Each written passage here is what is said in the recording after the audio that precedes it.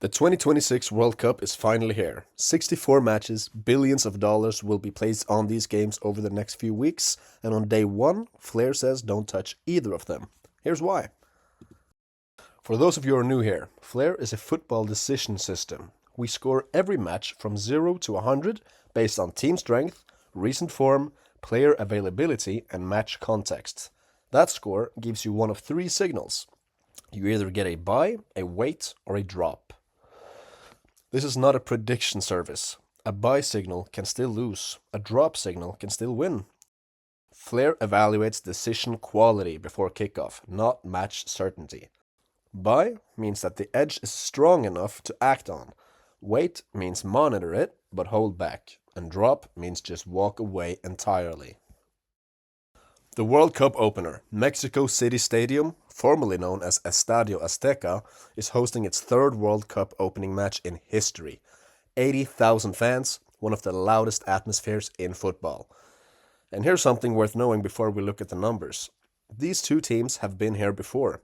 In 2010, Mexico and South Africa played the World Cup opener in Johannesburg. It ended in a draw, 1-1. But now, 16 years later, they meet again on the same stage. On paper, this looks one-sided. Mexico, they're ranked number 15 on the FIFA rankings, and South Africa are ranked 60th. That's a 45-place gap. Most people see that and think, easy money on Mexico, right? Well, let's take a look at what Flair actually says. FlareScore 75 out of 100. Signal, wait. Now let's break down why. The strength, we gave them a 15 out of 25. Mexico has a real ranking edge, but it's not dominant enough to carry the score on its own. South Africa at FIFA rank number 60 is not a pushover. The form, however, is at 15 out of 25.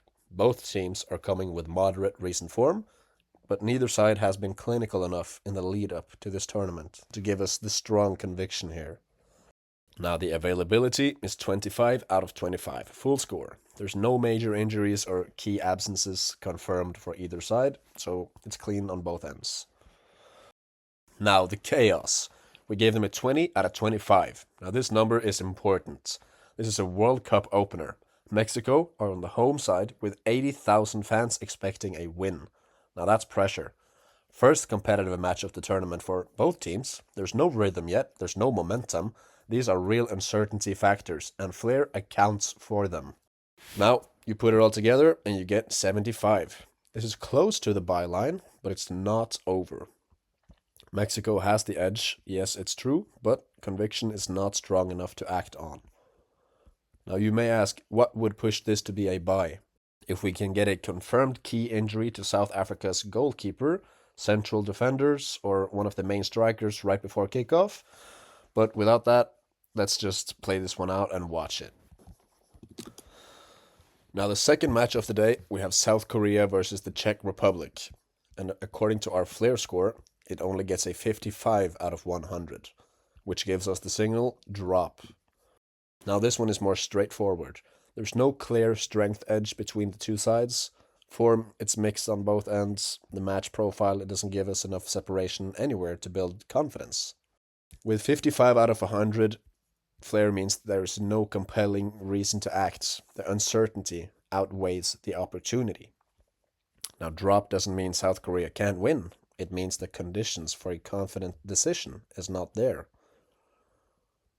And when conditions aren't there, you don't act. And that's the entire point of this whole system.